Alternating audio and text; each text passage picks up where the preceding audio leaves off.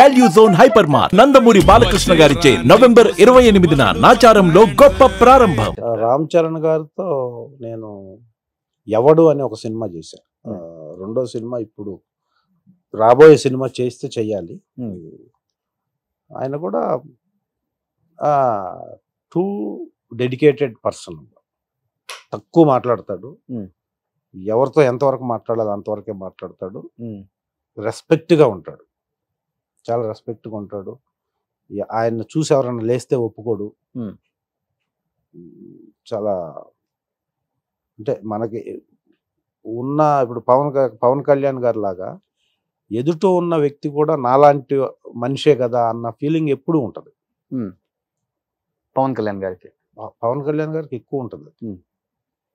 అంటే మన మీద చెయ్యేయాలి లేకపోతే కాలు వేయాలి, ఫైట్లో కాలుతో కొట్టాలి అంటే దానికి ముందు ఒక 3-4 సార్లు అన్నా సారీ నువ్వు చేయగల, నేను ఇలా చేస్తాను, నువ్వు అలా పడతావు, చేయగలవా, చాలా అంటే ఎదుటి మనిషి చేసేదాని వల్ల వచ్చే డిఫెక్ట్లు కూడా ముందే ఎక్స్పెక్ట్ చేసి నువ్వు ఇలా పడితే ఎలా ఉంటుంది, నువ్వు చేయగలవు కదా, లేకపోతే చెప్పేసేయండి ఫైట్ మాస్టర్కి నేను ఇలా ఈ కాల్ టచ్ అవుద్ది, సారీ ఏమనుకోవద్దు అని చెయ్యక ముందు 1-2 సార్లు, చేసిన తర్వాత 1-2 సార్లు చెప్తాడు. గ్రేట్ కదా. సో అది అప్పటికే నేను ఎప్పుడు పవన్ కళ్యాణ్ గారితో ఫస్ట్ ఖుషి చేశాను, అది 2001లో.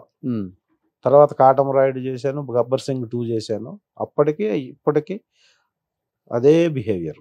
ఓకే, ఆ బిహేవియర్ ఉండబట్టే ఈరోజు డిప్యూటీ చీఫ్ మినిస్టర్ అయ్యారు. నెక్స్ట్ చీఫ్ మినిస్టర్ అయ్యే ఛాన్సెస్ కూడా ఉన్నాయి అని చెప్పేసి వింటూనే ఉన్నాం మనం. గ్రేట్. బట్ మీరు అన్నట్లుగానే ఈ విలన్ తో ఎప్పుడు కాంబినేషన్స్ ఉన్నప్పుడు హీరోకి కొట్టుకునేటప్పుడు కావచ్చు, లేకపోతే కింద పడే సీన్స్ కావచ్చు, లేకపోతే తెలియకుండా దెబ్బలు తగిలే కావచ్చు, ఎక్స్క్యూజ్ అడుగుతారు హీరోస్ కూడా. అయ్యో తెలియక ఏమన్నా ఎక్కువ తగిలిందా, సారీ అని చెప్పటం. ఇలా ఎక్కువ ఏ హీరోస్ దీని గురించి ఎక్కువ ఇబ్బంది పడేవాళ్ళు? కాల్తో తనే సీన్స్ ఉంటాయి, కొన్ని మనం న్యాచురల్ గా చేయాలి, తప్పదు. ఎక్కువ ఏ సినిమాలప్పుడు ఏ హీరోలతో ఎక్కువ ఇబ్బందులు పడేవాళ్ళు మీరు? ద్రోణ అనే ఒక సినిమాలో నితిన్ గారికి నాకు ఫైట్ ఉంటుంది. Okay, Drona cinema. దాంట్లో బ్యాక్ నుంచి వచ్చి నేను షోల్డర్ మీద ట్యూబ్ లైట్స్ తో కొట్టాలి. ఓకే, అవును, షోల్డర్ మీద ట్యూబ్ లైట్ తో కొట్టాలి బ్యాక్ నుంచి వచ్చి. అది లాస్ట్ మినిట్ లో టెన్షన్ గా ఫైట్ మాస్టర్ ఏం చేశారంటే దాంట్లో ట్యూబ్ లైట్ కి గ్యాస్ ఉంటుంది, గ్యాస్ ని రిమూవ్ చేసి ట్యూబ్ లైట్ ఇస్తారు మనకి.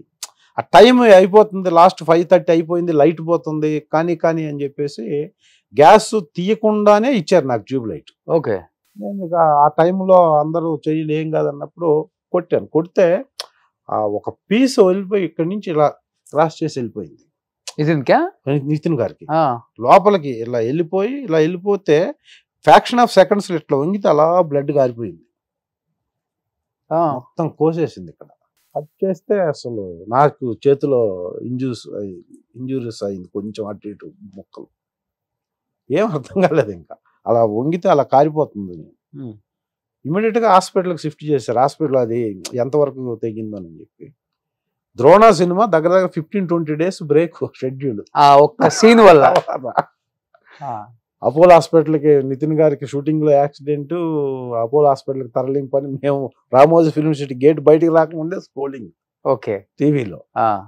బట్ వాళ్ళ ఫాదర్ కానీ, సుధాకర్ రెడ్డి గారు కానీ, నితిన్ గారు కానీ, ఆ సినిమా ద్రోణ డైరెక్టర్ కానీ, ప్రొడ్యూసర్ కానీ ఎందుకు ఇలా అయిందని ఒక్క మాట నన్ను అనలా. ఎందుకంటే ఫైట్ మాస్టర్ అన్నారు, గ్యాస్ తీయకుండా ఇస్తే ఎవరు తప్పదు, ఎవరికి తెలియదు ఎటు నుంచి వెళ్తుందో. కాబట్టి నేను తర్వాత సుధాకర్ రెడ్డి గారి సినిమా నేను మొన్న మాచర్ల నియోజకవర్గం చేశాను, వాళ్ళ సొంత బ్యానర్. గుర్తొచ్చుంటుంది tube light. అప్పుడే నేను వెళ్ళి సారీ ఇలా నువ్వేం చేస్తావు, అది బై మిస్టేక్ జరిగింది, ఎవరు ఏం చేయలేరు దానికి. ఓకే, తర్వాత చేయండి మళ్ళా సినిమా షూటింగ్కి వచ్చి చెప్పాను. మొన్న మాచర్ల నియోజకవర్గం కూడా ఆయనకి గుర్తు చేస్తే ఆ మార్క్ ఇంకా ఉంది. అవును, అదే గుర్తుంది నాకు కూడా.